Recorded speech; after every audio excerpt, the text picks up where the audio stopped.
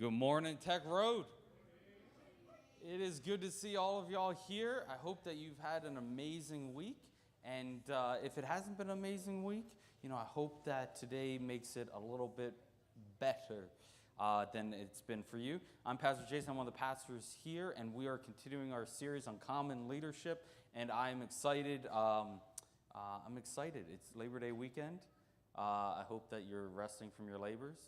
And then if you're not, enjoy the Sabbath and rest from your labors then. If you have little ones, we got bags in the back for you, for them, activity bags that they can use and keep themselves occupied during the service. Also, as you walk in, we have our prayer station where you can submit your prayer requests and all of those sort of things. But yeah, just want to welcome you. We got a great praise team today. It's our children's group, which is going to be leading out in worship with Marianne, and so we're excited about that. And with all that, just want to welcome you. Thank you so much for choosing Tech Road, and I'll bring up the praise team. Give them a hand as they come up. Oh no, I already did that.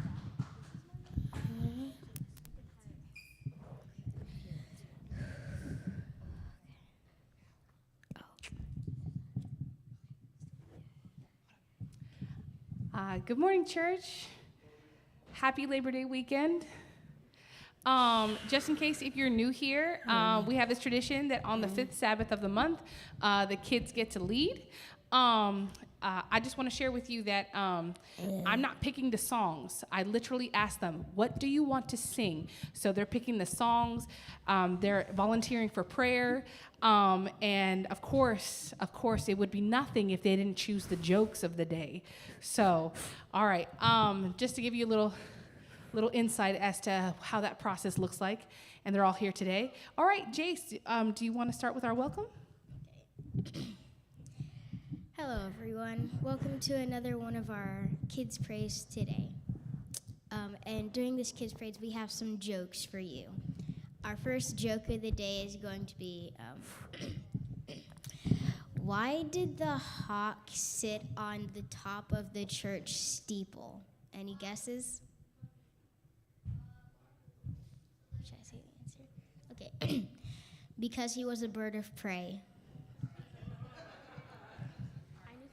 With like that one. Okay. Here is our verse of the day. It is found in John 13, verse 34. A new command I give you.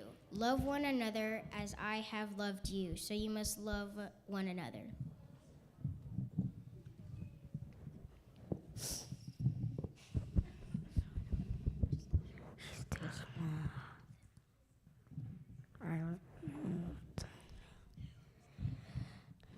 Little lamb down.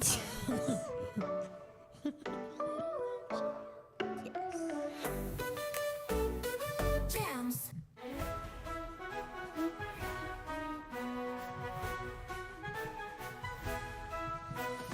I may never march in the infantry, ride in the cavalry, shoot the artillery. I may never zoom on the enemy, but I'm in the Lord's army. I'm in the Lord's army, yes sir. I'm in the Lord's army, yes sir. I'll wear God's armor, helmet of salvation, and with my shield of faith, and the sword of the Spirit, belt of truth and shoes of peace. I'm in the Lord's army, yes sir.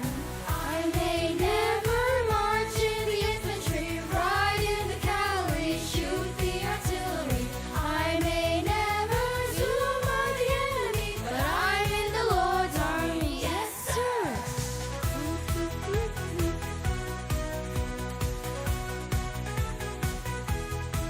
I'm in the Lord's army, yes sir. I'm in the Lord's army, yes sir.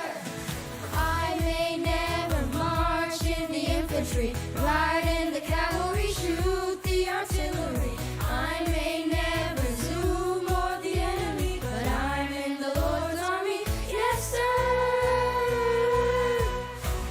I may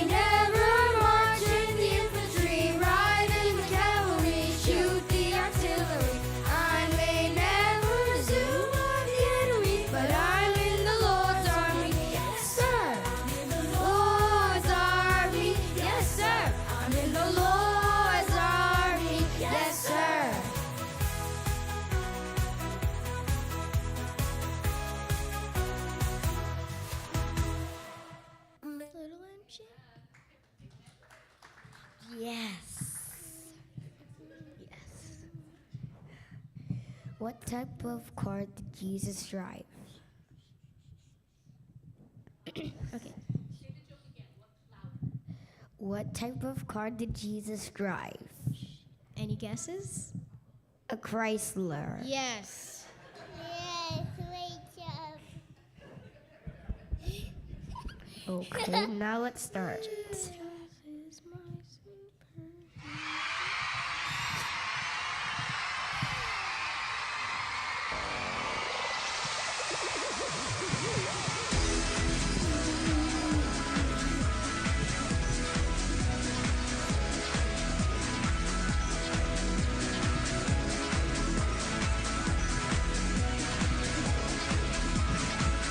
He's the one who makes the sun shine. He's the one who puts the moon in the sky. He's the one who hung the stars one by one.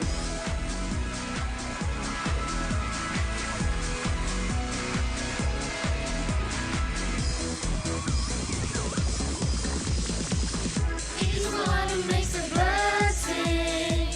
He's the one who makes me dream so high. He's the one who makes me smile. Day by day, Jesus, you're my superhero. You're my star, my best friend. Jesus, you're my superhero. You're my star, my best friend. Yeah, yeah, yeah, yeah, yeah, yeah. Red is my man. Yeah, yeah, yeah, yeah, yeah, yeah. Red is Superman. Yeah, yeah, yeah, yeah, yeah, yeah. Red is Batman. Yeah, yeah, yeah, yeah, yeah, yeah. Red is anyone. Jesus, you're my superhero. You're my star, my best friend. Jesus, you're my superhero. You're my star, my best friend. Jesus, you're my superhero. You're my star, my best friend. Jesus, you're my superhero. You're my star, my best friend. Yeah, yeah, yeah, yeah, yeah, yeah.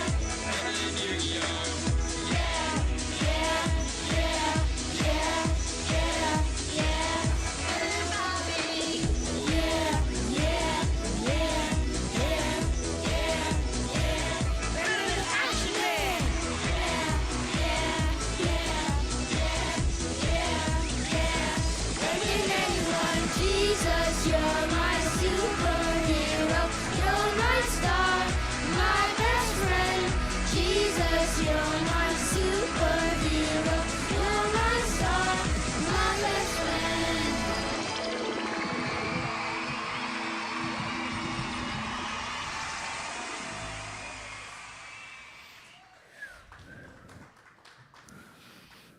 And our third Can we joke next will, on? and our third joke will be, why is Samson considered the best comedian in the Bible? Any guesses? Because he brought the house down.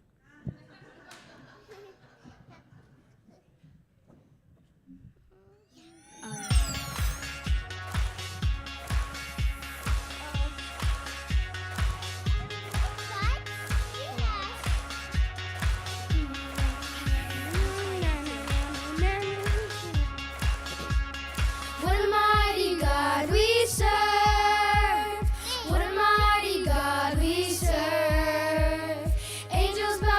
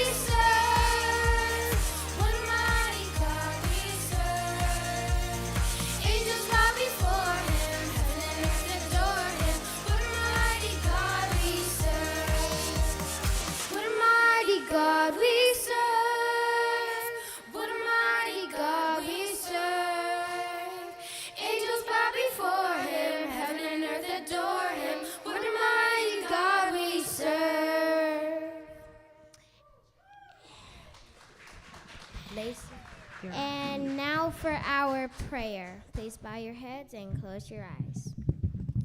Dear Heavenly Father, thank you for this day. Thank you for all you've done for us. Please bless all the people that came here today. Thank you that we had kids praise, and help us to have a great day. Thou art in heaven, amen. Yes.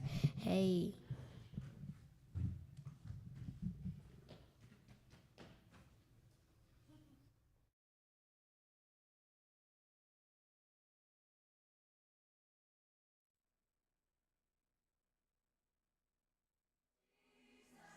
Anywhere he leads us, that's where we will go, and that's where we will go.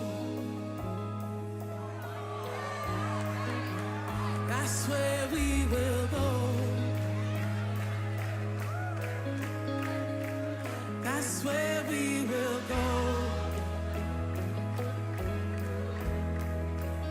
That's where we will go. I'm gonna teach you guys something. Some of you may know it. It goes like this.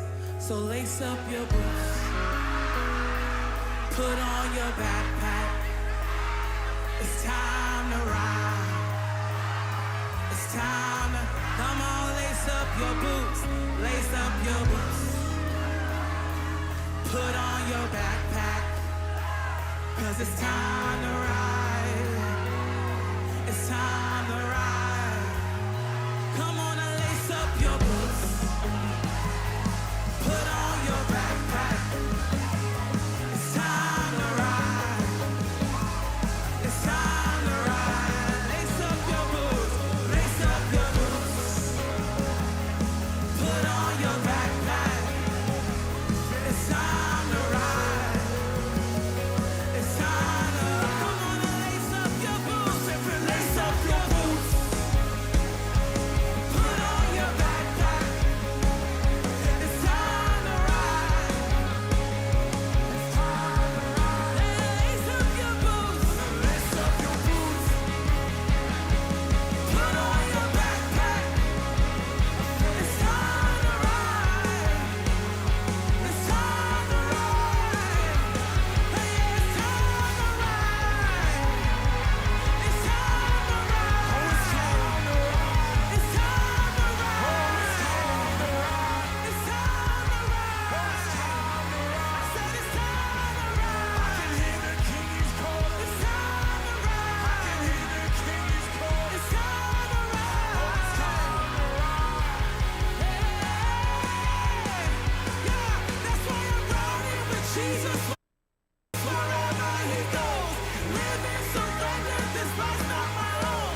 I'm riding with Jesus wherever he goes, live in surrender, this life's not my own. I'm riding with Jesus wherever he goes, live in surrender, this life's not my own. I'm riding with Jesus wherever he goes, live in surrender, this life's because it's time to ride. It's time to ride. It's time to ride. It's time to ride. It's time to ride. It's time to ride. I said it's time to ride. 'Cause the time is now. I said it's time to ride.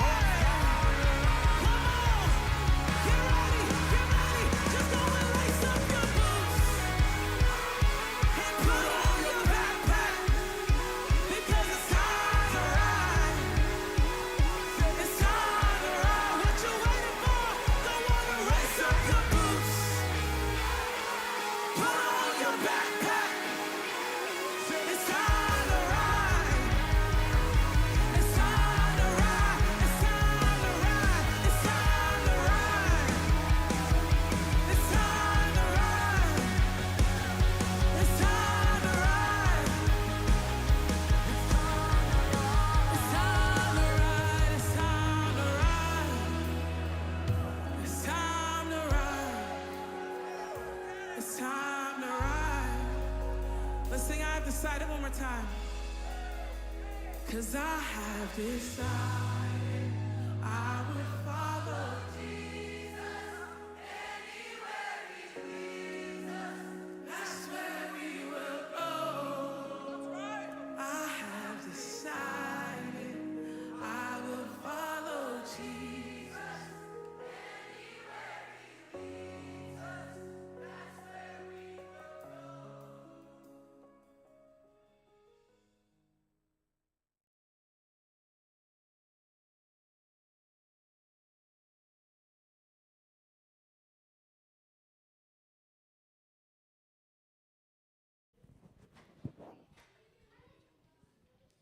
All right.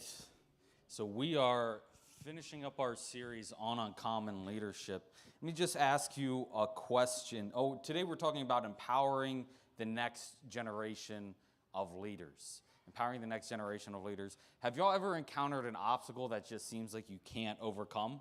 Has anybody been in that position? Just raise your hand if you've been in a position where like you've tried a lot of things and it just seems like you just can't get past this barrier. You just can't get past this wall. I think there's a lot of things in life where I've done to where like there's always a barrier there. You know what I mean? Like there's always, whether it's, trying to, get, education in, university, whether it's undergrad or master's or postgrad and all of that stuff. Like there's always some sort of obstacle that's in the way that seems like you have to overcome. Like sometimes, like I can think of for undergrad, like my grades weren't good enough. My ACT scores, weren't good enough. And there's all these things that kind of prevent you, from achieving, the things that, you set out to do. I mean, you think about, buying a car or getting a loan and, your credit's not good enough or you don't have enough money or, there's always a barrier or something, something that creeps up. And some of those walls are easier to overcome, and then others take more time to overcome. But I want to talk to us about overcoming this challenge of empowering our young people for the next generation, because I think it is a major obstacle that we face within our church. And if you don't believe me, I have statistics to back it up. All right, so according to research done by David Trim, he's across the street over there at the General Conference. He says the median age of Adventists around the world is 32, which is great. That's a young church. But in the U.S. and Canada, the number is how old? Can you read that?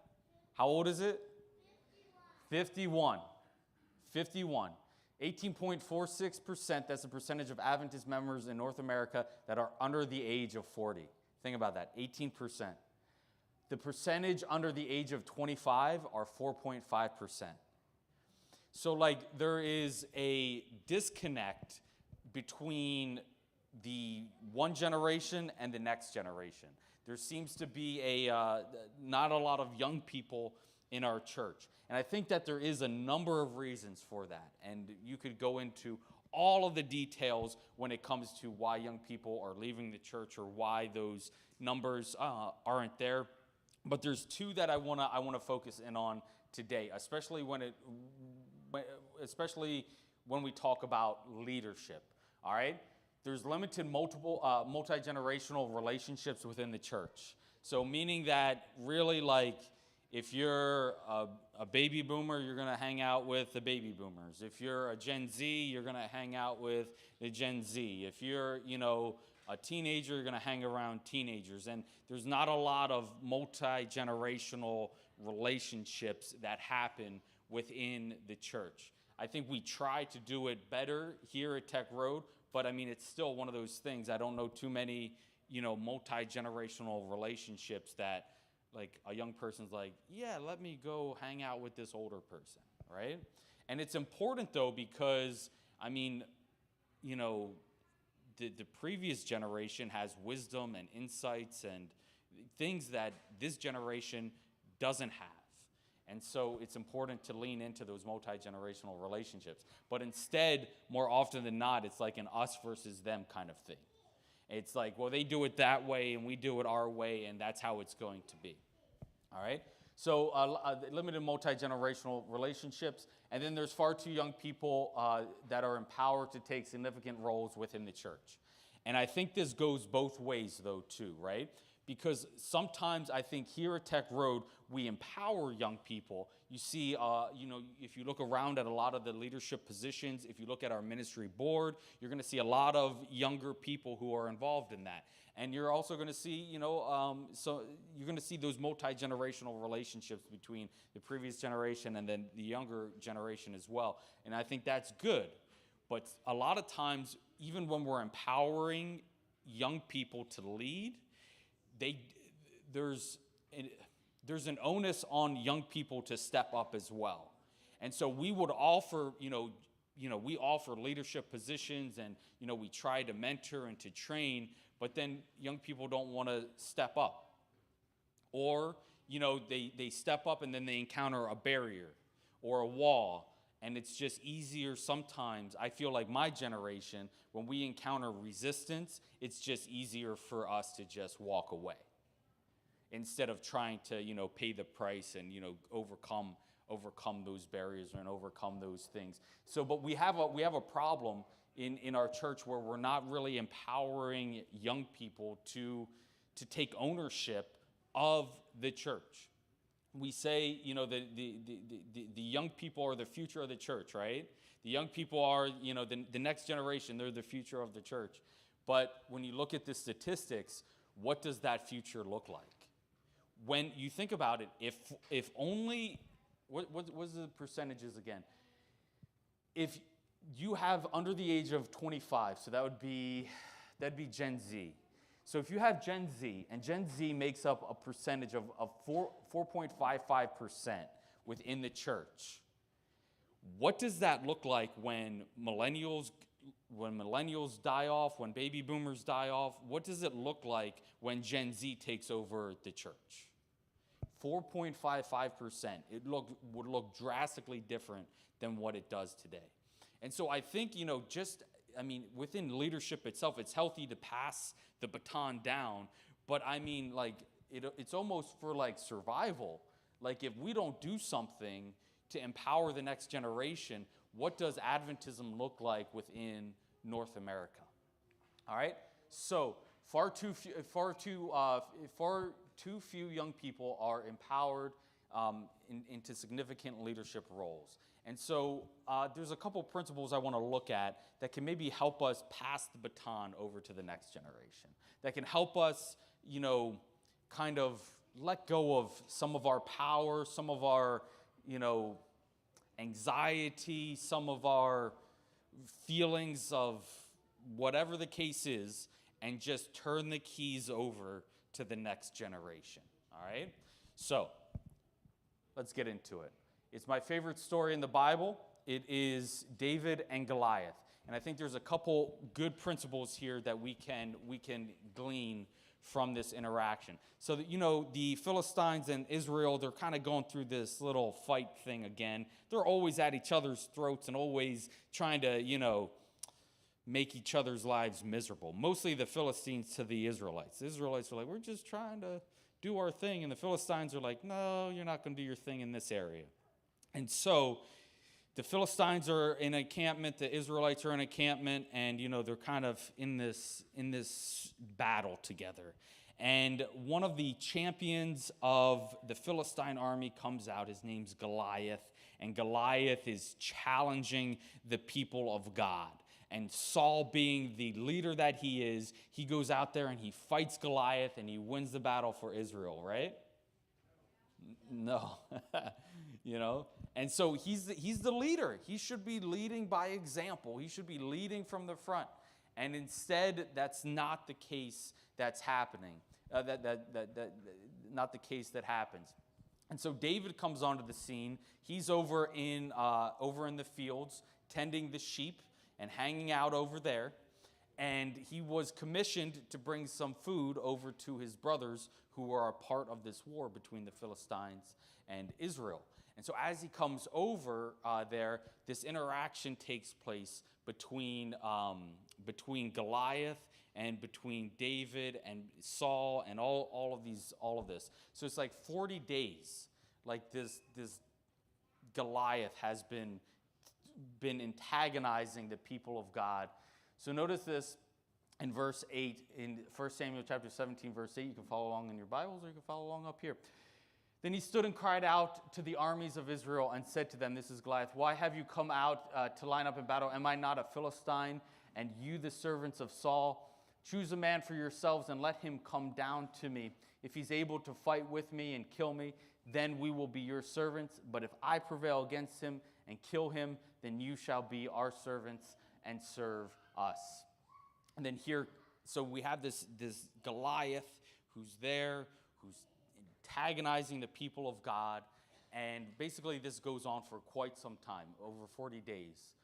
And so David left his supplies in hand, and in the hand of the supply keeper, ran to the army and came and greeted his brothers. Remember, he's bringing supplies over to them, and so now David arrives onto the battlefield. Verse 24, and all the men of Israel, when they saw the man, fled from him and were dreadfully afraid. So the men of Israel said, have you seen this man who has come up? Surely he has come up to defy Israel. And it shall be that the man who kills him, the king will enrich with great riches. He will give him his daughter and will give him his father's house. And his father's house will be exempt from taxes in Israel. So like the situation is getting kind of desperate, right? Like Saul is like, as a leader, is kind of like at a loss on what he should do. And so he's like, somebody's got to fight this guy. It's not going to be me. So somebody has to do it. So I'll just offer all these incentives. You know, they'll get my daughter. They'll get tax-free. They're all these benefits because somebody has to take care of this person. And so Saul's leading out here, and instead of leading from the front, he's kind of taking a different path. Verse 26, then David spoke to the men who stood by him, saying, what shall be done for the man who kills this Philistine and takes away the reproach from Israel? For who is this uncircumcised Philistine that he should defy the armies of the living God? You have grown men who have been in battle-hardened men who are here on the battlefield, and you have this young guy who is like just tending the sheep, coming to bring his brothers food. The battle-hardened people are like, I don't care about tax-free living. I don't care about the king's daughter. I don't care about any of these things. We're just going to chill here and mind our own business, and maybe he'll go away. And you have this young guy, David, stepping up, literally just from tending sheep, and is like, who is this person? This young boldness and this young courage. Some of us would call it young stupidity, but we'll leave that for a little bit later. Verse 32, then David said to Saul, let no man's heart fail because of him. Your servant will go and fight with this Philistine. And Saul said to David, you are not able to go against this Philistine to fight for him. Because of why? Because why? I just heard a whole bunch of grumbling. Blah, blah, blah, blah. Sounded, because why doesn't Saul let David fight Goliath? Because he's young. He's too young. Think about how crazy this situation is. Nobody is fighting Goliath. Nobody is fighting this Philistine. Saul offers just about everything he can offer them, and nobody steps up. And the one person who steps up is a young person, and Saul is like, no, it's not going to happen. Like, you know, you pray sometimes for solutions, like to an obstacle or to a problem, and then like the solution comes, and you're like, nah, it's not what I envisioned, so I'm not going to do that. You ever hear about the person who was on like a sinking boat, right? And they're praying for like, you know, the Lord to deliver them, and he sends like a lifeboat and a helicopter and all these things. And he's like, no, I'm waiting on like the Lord to deliver us. Well, and like he ends up dying, you know, and eventually he sees Jesus in heaven. He's like, what happened? And he's like, I was praying for you to save me and all of this. He's like, I sent you the lifeboat. I sent you the helicopter. I sent you all these things, and you didn't take advantage of them. And so sometimes, you know, the things that we're asking for come in unexpected ways, or in a way that we may not always expect them to come. And so here, they have this obstacle, they have this problem. Saul is looking like, I mean, can you imagine, like, you're the king of a nation, and you're in battle, and you have your enemy. They're just mocking you for 40 days. Like, what does that do for you as a leader? What does that do for your people who are around you? Like, it can't be good for morale. And, like, the king's just sitting around, you know, he's, like, getting mocked, and he's, you know, his people and his God, and, you know, 40 days. And here comes the solution. God sends this young person. So here's the first point I want to make. In some cases, youthful inexperience is what we need to face challenges. And so a lot of times, us older people, and I'm putting myself in old people. I got gray hair now, so I'm old. But we want to hold on to power. Or we want to hold on to the way that we've done things in the past. Or in the way that things that we think they should be done. And the reality is we're facing an obstacles, we're facing challenges, and we're just not able to overcome them. Because we think that like maybe our old methods or our old way of doing things or the way that we did things in the past that it's going to work. And, to be honest with you, like 2025, the year 2025 has its problems. And trying to solve it with like solutions from the 80s may not always be the best thing. There may be some other things that are needed there. But youthful inexperience is sometimes what's needed. There's something with young people that like I don't think they really feel pain, to be honest with you, until they reach like the age of like 3, maybe. They're like playing outside and they break their arm and they run up and you're like, "Oh, you good?" They're like, "Yeah, I'm fine, Mom." And their thing is all over the place. And they're just going about their business and feel no pain. But like they're just put themselves out there and are courageous and do like crazy things that as you get older, you may not be so willing to do. Like watch like a young person like just be free and open and like just worry free. And it's like an amazing thing. And then you see like kind of some of us who've experienced life, we're anxious or we're stressed or, that there's something that kind of goes away as you get older. I can remember when I was 18 years old, like I was like, nobody's going to tell me what to do. Like you tell me I can't, I'm going to show you that I can. And there's something about that, like in that young person. It's like, I'm going to prove you wrong. I'm going to show you that I can do it. So I was like, nobody's going to tell me what to do. No one's going to tell me I can't. And so I joined the Army. Like, Mom and Dad, you can't tell me what to do. I'm going to join the Army where I have freedom. You get it? All right. So anyway, but there even throughout life, there's a lot of instances where it's like, I was told you can't do this or it can't be done. And I was like, I'm going to prove you wrong. And I think that there's a lot of that kind of same spirit within young people. But there's something that happens as you get older. I think maybe sometimes you listen to the voices for too long saying that you can't or it's not a good idea or we've tried it before and it doesn't work. And it's just you listen to those voices so often and so frequently that you just kind of lose that youthful resilience or that you just kind of stop putting yourself out there. And so there are cases that you need youthful inexperience to face the challenges. And today, who's better to face the challenges of today than people who are in touch with the things that are happening around us? And so when we think about us as a church empowering the young people, like shift the perspective of like, oh, we can solve this on our own to be like, hey, maybe we need to bring in some young people to help solve this problem. All right? So here it goes. That's the first point.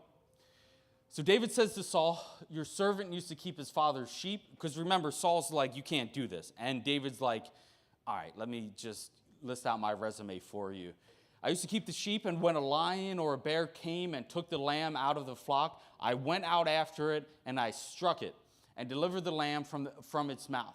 And when it arose against me, I caught it by its beard, and struck it, and killed it. Now that sounds like some pretty, like, courageous stuff, wouldn't you say?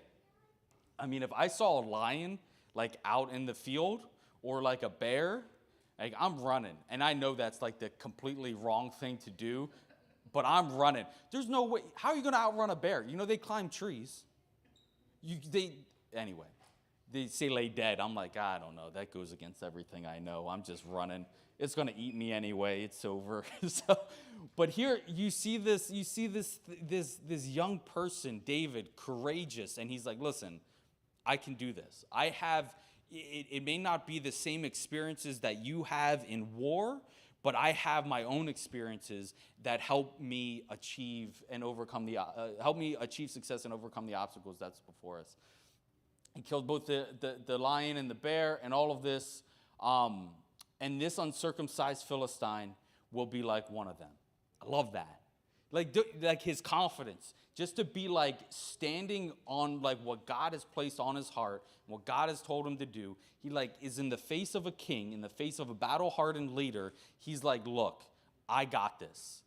And like this uncircumcised Philistine, like, is gonna be like one of them. And I love that. I love that about David. Like I said, like, could you imagine like a young person, like you've been trying to, do something for years and years and years. Let's just say it was like, hey, we're going to double the size of Tech Road, in the next 3 months, right? And, a young person's like, look, this is the vision. 3 months, we're going to double Tech Road size. And then all the older people, and myself included, are going to be like, yeah, we've been at this for like quite a while. I don't know if that's realistic. And they just stand up and are like, no, like this is gonna happen, and we're gonna make this happen. Like just that boldness. And you're all probably like, okay, all right, yeah, I'm sure you're gonna make it happen. But like just the confidence that they have. Sometimes confidence wins the day.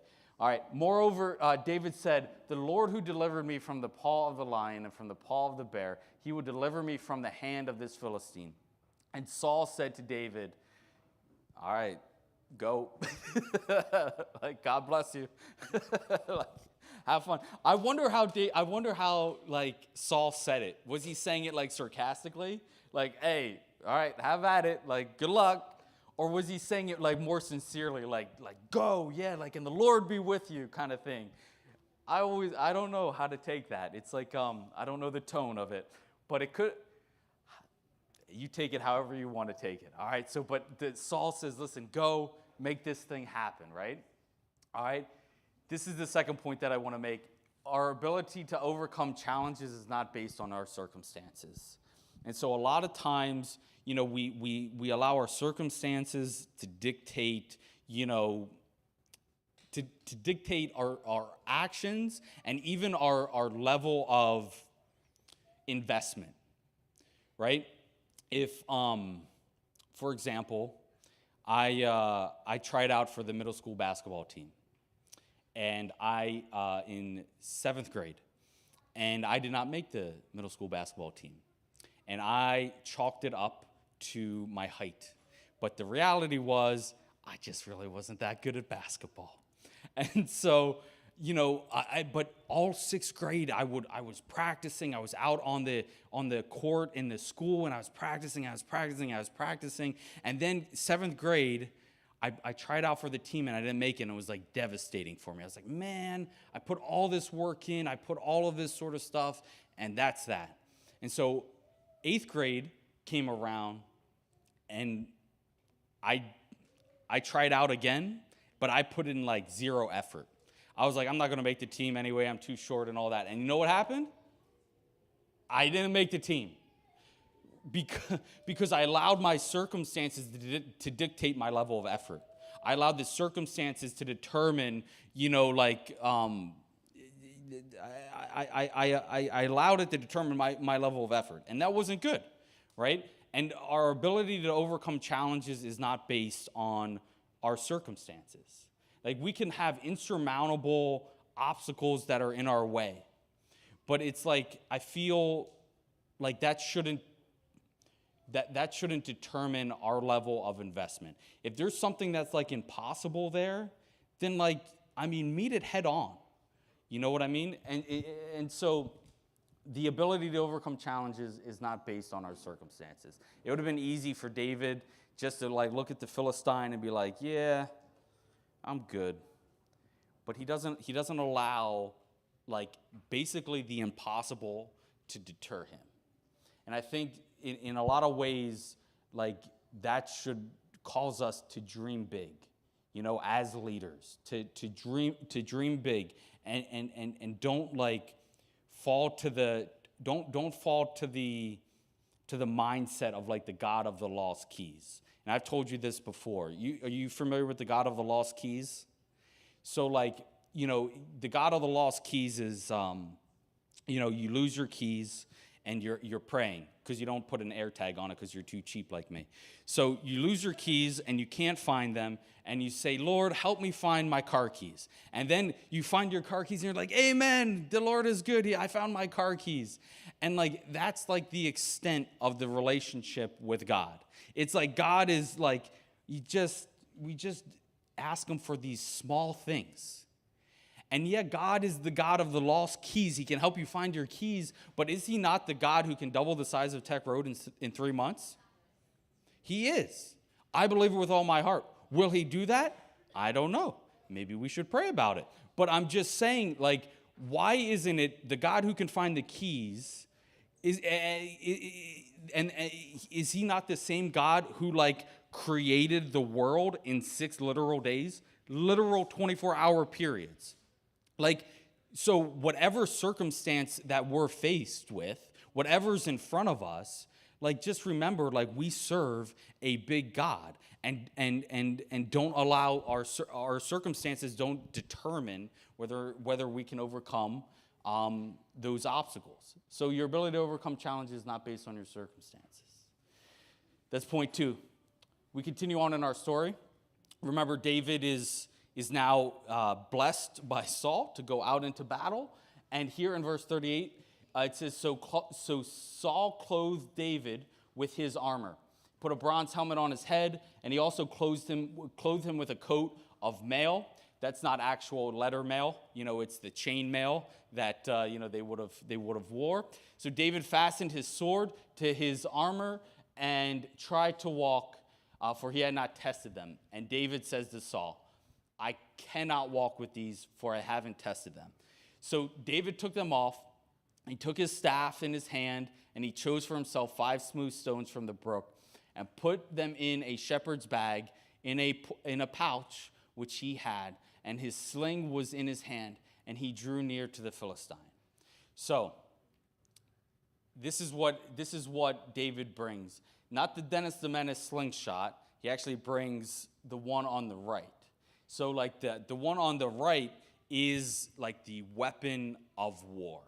Like Dennis the Menace slingshot, you might kill a squirrel, might get a bird, but like the one on the right is going to take down giants. Someone said, I was reading one of these scholarly articles, and I don't know I don't know how a degree in theology would help you come to this conclusion, but they said like the force that you can generate with that old school sling, the one that David would have used with the rock, it would have been equivalent to like a 45 caliber pistol, a 45 caliber round, which is crazy to think you could get that thing going that fast. But anyway, so that's what David brings to war. And so here's the thing, the third point I want to make. Challenges must be faced in the armor that each one of us carries. And so when we are empowering the next generation, the way that they face the obstacles, the way that they face the challenge is going to look very different than how we would face that. They're going to use different tools than we would use. They may use different language than we would use. So it's important to note that just because it isn't how I think it should be done, it doesn't mean that it's wrong. It just means that there's different tools for a different generation, or there's a different way of approaching the same problem. And it's important that as we empower the next generation to let them fight, to let them face the obstacles in the armor or with the tools that they are comfortable with. Not to try to impose on them a way of doing things or a way of facing the challenges and the obstacles in a way that maybe we have done it in the past or in a way that we see as fit. I love how the interaction with Saul. Saul is like, look, this is how we fight our battles. Here's some armor, here's a sword, and here's all these things. Like, he's passing down like knowledge to David. He's like, look, probably shouldn't just go in there by, just with no weapon or anything like that. Here's some things that we've used in the past that we've found successful. And David's like, nah, this isn't good. And even though Saul gave him the armor, Saul still gave David the freedom to do what he was going to do. He gave him the freedom to use his sling, what he was comfortable with. And so the way that we fight, the way that this generation faces obstacles is going to look different. And I think we have to be open to that, and we have to be maybe even encouraging that. So here's something. I asked AI to give me a picture of a young adult trying to work 1970s technology. And you can see there that, for those of you who don't know, that thing next to that computer, that is a computer with the green screen, that thing next to the computer, that's a telephone. It is a telephone. It is a rotary telephone. I was going to bring a rotary telephone to see if you guys could make a call on it, but I decided not to. But yeah, like, you can't expect, like, Gen Alpha, which is like, or Gen Z, to be like, look, these are the tools that we need you to use. Like, it's just not going to work. And yeah, I have all the confidence in the world that Gen Z would be able to make those devices work. But, like, there's much more efficient ways to do things today. And maybe there's even better ways to do things. Like, I think of my, like marketing. What do I think of marketing? I think of, like, billboards and, like, radio ads and TV ads, right? Nobody watches TV anymore. Like, well, I'm sorry, I don't want to age anybody, but some people have cable. Not a lot of people have cable anymore. But, that way isn't it. And it's like, well, let's do social media. I was like, who's on social media? Like, nobody's on social media. And all the young people are like, yeah, okay. So the point is that we have to let the next generation fight with the tools that they have. Fight with the tools that they're comfortable with. And that may look drastically different than what we use or what we would do, right? Here's a video that I made using AI as well. It is a young person and an old and a more middle-aged person. And you can see the difference in technology, right? Like, there's different ways to go about it. Now, here's the thing: if I have to write a letter to someone, could I use a typewriter? Yeah, I could use one. In fact, I own one, and it is my favorite piece of old equipment that I own. It's a 1930 Royal #1 typewriter. It is awesome. And if you guys don't have an old school typewriter, you should go get one because it is so much fun. All right? So, but you can write a letter with a typewriter. But could you write a letter on your phone as well? Yeah. Now, one may take longer, to do, but they're both effective means to do the same task. Maybe not both the same efficiency, but I mean, they both will get the job done. But the point is like, sometimes, like, it's cool, like, you can type with your typewriter, but let the boy go on his iPad. You know what I'm saying? Let him use his iPad. I can remember a time in church, and some of you may be against this, but, like, you remember, like, when pastors would carry their Bibles everywhere, right? Now you see them with their iPads and scrolling and all that sort of stuff. And, like, I've been in some churches where, like, that's a big deal. Like, it's like, why do we have this thing?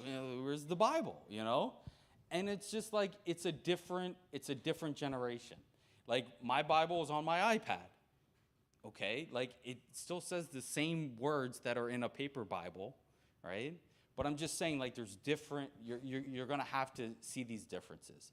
And just because it may not be the way that we would like it or the way that we think it should be done, it doesn't make it wrong.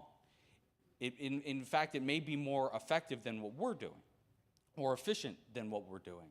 And so we have to give room for the next generation to fight how they want to fight, right? We can't impose on them a way of doing church or a way of overcoming, the obstacles that we face as a church. We can't impose on them like our old way of doing things. Because if I'm honest, the way that we're doing things doesn't seem to be all too effective for at least the next generation.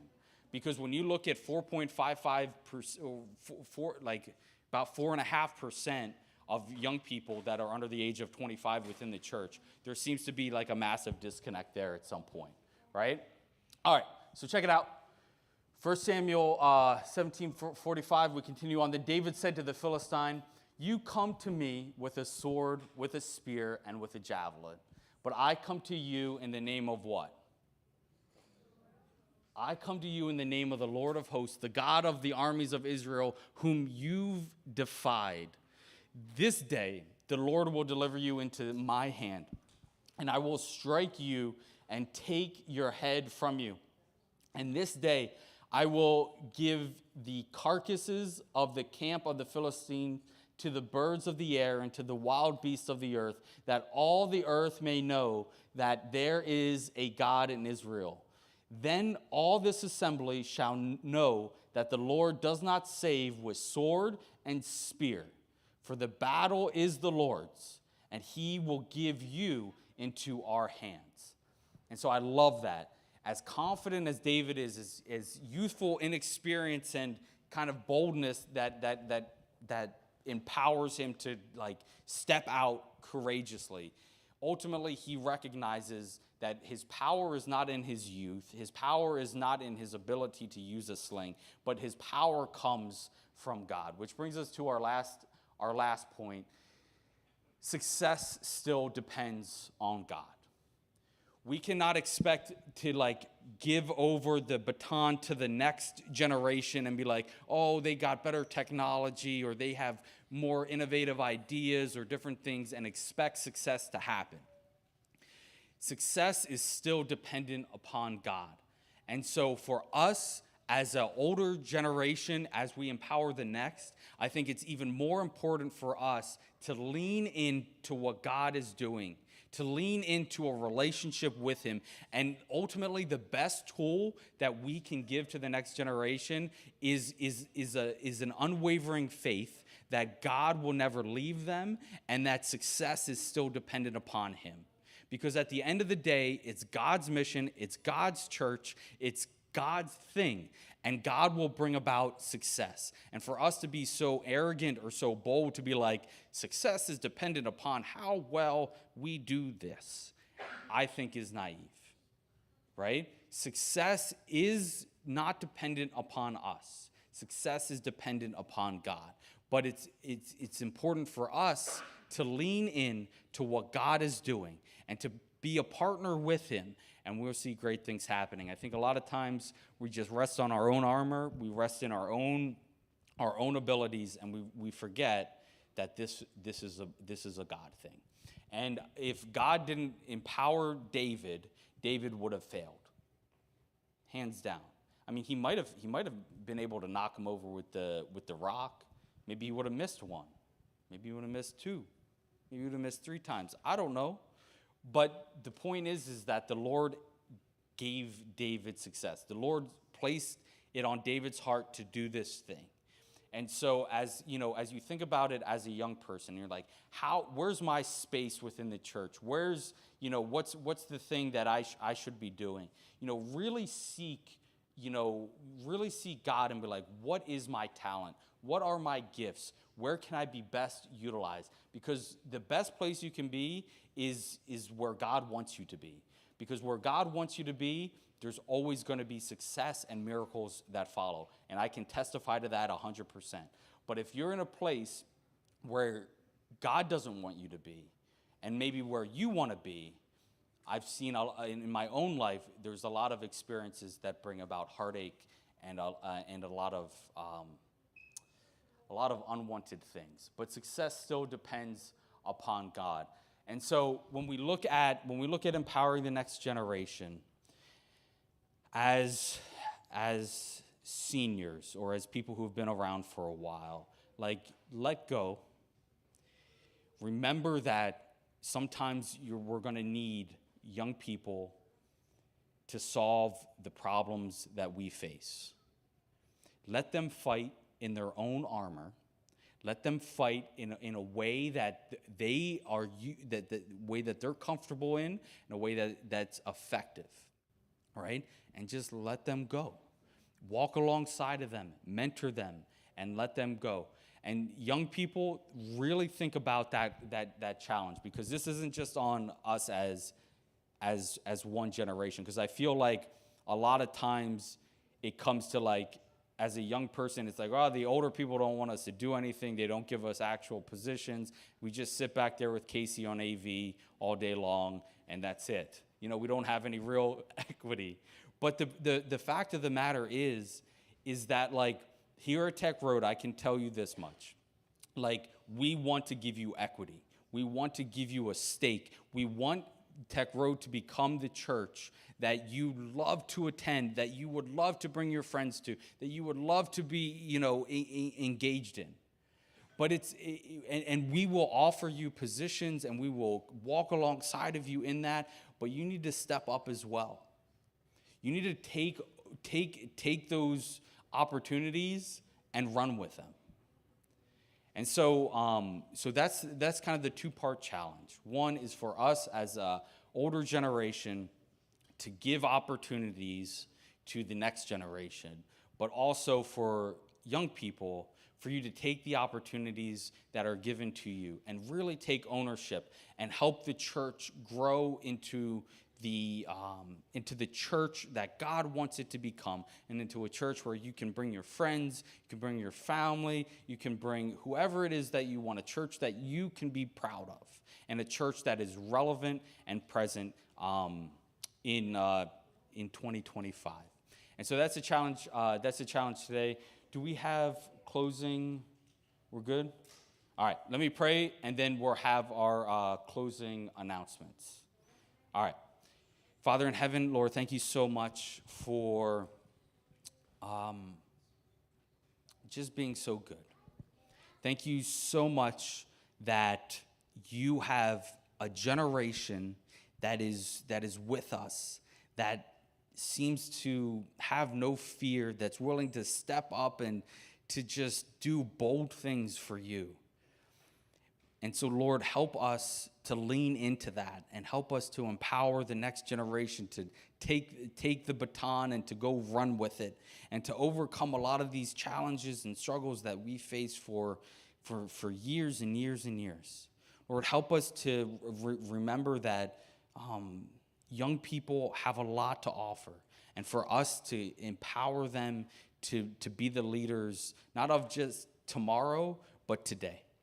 And Lord, I just want to lift up our young people, our young adults, and I just want to ask that you would help them lean into the call that you've placed on their life, that you would reveal to them where their gifts and where their talents are, and that you would help them to just continue to press on, and when faced with obstacles, that they wouldn't run away, but they would press on through those things, knowing that success is dependent upon you, and that you would do great and awesome things through them, and that here at Tech Road, that they would take up leadership positions, and they would take up meaningful roles here, that they could help grow our small community and help us to do even more powerful things, not only here within our walls, but beyond our walls as well. And so, Lord, I just ask that you would do all of those things in the name of Jesus. Amen. Hey, thank you so much for attending Tech Road. Hey, if your next steps in leadership, your next steps in serving, could be right here. As Ms. Wendy will share some of our announcements, some of the things that you can get involved in, some of the things that you can lead out in. So, Wendy. Thank you. Thank you for being here. Thank you for being a group that wants to serve our community. And I'm going to go we use the QR code. I'll go with the things that are up. If you would like to see us continue our mission, continue what we do here, and you would like to support that financially, you can use the QR code, and you can give your tithes and offerings right online. If you prefer to leave something in a physical sense, there is a box in the back and tithe envelopes there that you can write where you would like your funds to go. Tomorrow morning, so I'll go with the closest one, except that, can we move to the volleyball one? There's volleyball tomorrow morning, and it starts at 10 a.m. It tells you where it is. Feel free to bring your young children. There's a playground right near where volleyball is played. I think, if I remember correctly, it's Savage, which is not all that far from here, maybe even closer to wherever you live. But plan on coming out to join volleyball. Monday is an important date, September 1. Yes, it's Labor Day. But if you intend to go with the Beltsville Church, the 2 campuses, to Mount Etna, we have the food, yeah, there we go, Worship in the Mountains. It actually happens Sabbath, September 13. So in 2 weeks, we will not be meeting here. But there is a worship service happening at Mount Etna. But in order for you to have your name in to get a lunch, which most of us do like to eat, you need to sign up, register by this Monday. Tomorrow's Sunday, Monday, make sure you make that. It's online. You can go to the church website and easily take care of that. We have some service opportunities coming up. I am excited about a partnership that we are going to grow with High Point, and we're going to talk about that one in just a bit. But this is an opportunity on Sunday, September 14, 9 to 1. You don't have to feel like you have to commit all 4 hours, but if you would like to give any portion of your time, we're going to help the Ballards. Some of you know that Mary Ballard recently passed away, but her husband is struggling both with health issues and obviously losing the love of his life for a long time. And so for years, health has not been great for either one of them. Their property has become overgrown, and we're going to go out there and try to clean that up and help them out. I will say right up front, it's a little bit of a drive from here. It's in Woodbine, but if you're like me and you like back roads, there's some fun roads to go between here and there. Whether you like the back roads or not, the real issue is we're going to help somebody.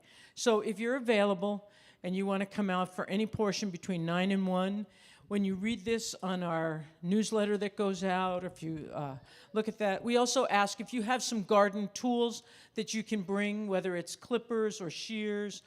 Certainly you want to bring clothes that you don't care if they get dirty or possibly ripped by a stick or something. If you have some bigger items, like a saw that maybe you use camping, it's got a pretty big tooth on it. Usually they're triangles. If you had a small chainsaw, there are a couple of, I'll call them weed trees. They've just grown for so many years that they probably have a diameter of 3 inches, which is a little bit more than, just a normal weed. But anyway, if you have any of those tools, bring those with you. That would be greatly appreciated. The other opportunity for service is to connect with High Point High School. We did that a couple of weeks ago. We packed 50 backpacks. They were so excited to get them. They had the supplies that was desired.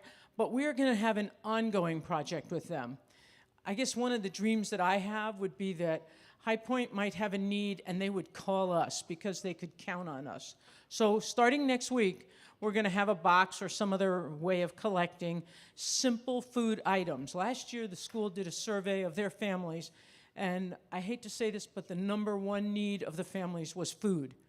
It is a group that is very food insecure, and the foods that they would appreciate the most are dry beans, whether it be black or pinto or something. Those are the favorites, but we can take other dried beans, rice, and cereals, breakfast cereals. So we will have a collection, and monthly we will take to them whatever we've collected. And just so that they can begin to see we are actually here for you. And we want to be part of what's going on at your school and to help your families. We are going to continue that, and we'll talk about it a little bit later. But the other need that they have is for clothing. And so I said to the woman, I said, so you mean new clothes? And she right away said, no, we're happy with gently used clothes. And it does not have to be like high school age. She said, our families come here asking if we have anything to help their family, whatever the age might be. So some of us, we clean our clothes and we give them away to sometimes the bins that we see at different places. But maybe if you want to think about, we could actually be giving that to High Point High School. So that's something that's going to be ongoing, and we'll have some other projects with them. Let's see, we have a celebration of all of you that have been helping out so much in the running and the organization of this church. A big thank you.